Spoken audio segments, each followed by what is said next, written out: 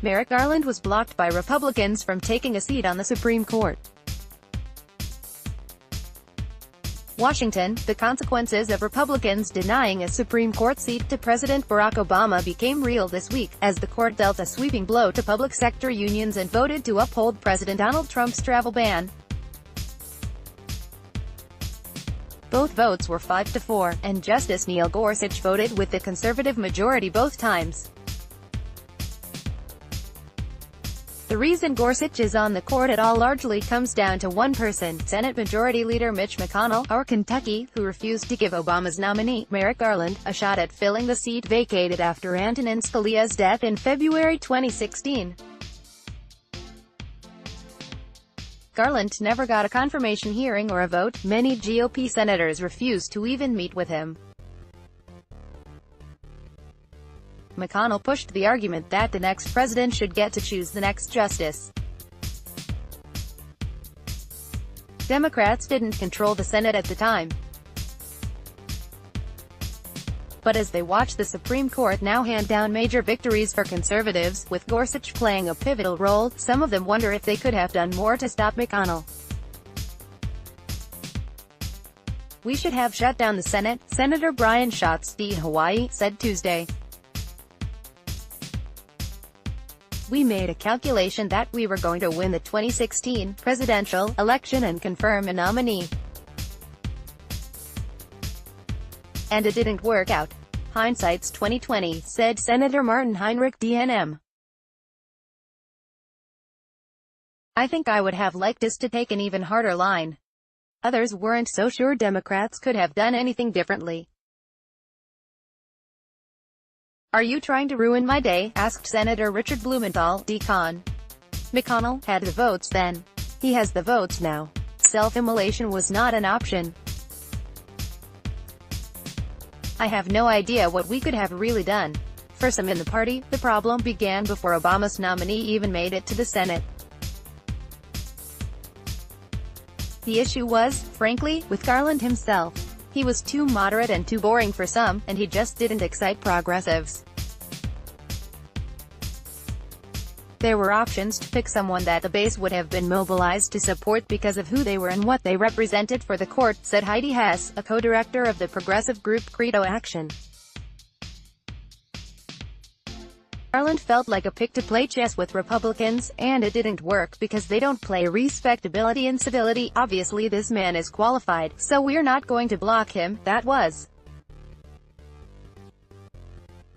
never going to happen." One Democratic strategist, who requested anonymity to speak candidly, faulted Obama for not recognizing the war he would be waging with Republicans and for not picking a candidate who could fight.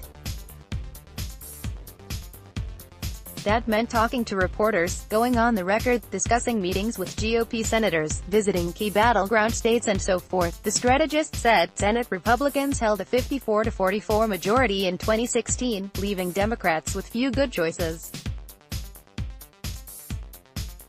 One option was extreme and risky: force votes on trivial amendments in order to grind the Senate to a halt and shut down the government with a Democratic president in the White House and another Democrat hoping to win the office in November. "Are you trying to ruin my day?" Sen. Richard Blumenthal, D-Con. "Obviously, we considered it, and for good reasons, we decided against it," said Blumenthal, adding that he had trouble knowing what we could have done differently about Garland. "We have a responsibility bigger than just one issue, and it also would have been probably a failure in achieving the goal of moving the nomination."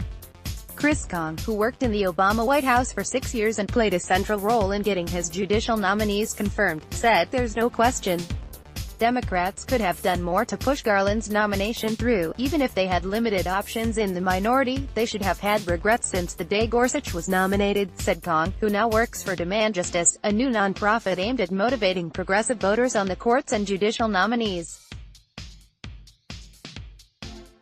The more important question is, what will these senators do now? Just tweet their regret, or actually start opposing all of Trump's judges? A number of Democrats, especially those facing tough re-election fights in November, have been voting with Republicans this year to approve some of Trump's less controversial judicial nominations, which are lifetime appointments at the federal level. That has contributed to McConnell's goal of reshaping the federal judicial bench with younger, more conservative judges. Trump seized on the Supreme Court vacancy in 2016 and argued it was the best case for sending him to the White House, promising GOP voters who did not enthusiastically support him that he would appoint a conservative justice to replace Scalia. His campaign even released a list of people he would consider appointing to the seat. But Democrats assumed Hillary Clinton would win the presidency. They discussed whether McConnell would relent and let Garland through during Congress's lame duck session if she won the election. And there was debate about whether she should renominate Garland or tap someone more progressive of her choosing instead. There was far less discussion about what would happen if Trump won the White House. Blumenthal acknowledged Tuesday that Republicans are often more strategic about making the courts a central issue during campaign season. He lamented that Democrats aren't as good at exciting their voters about the stakes involved. "We care about Medicare and Social Security, and they know there is this really important third branch that can scuttle what is done here in Congress," he said of the GOP. "I regret it. I talk about it continually." Download. Do you have information you want to share with HuffPost? Here's how.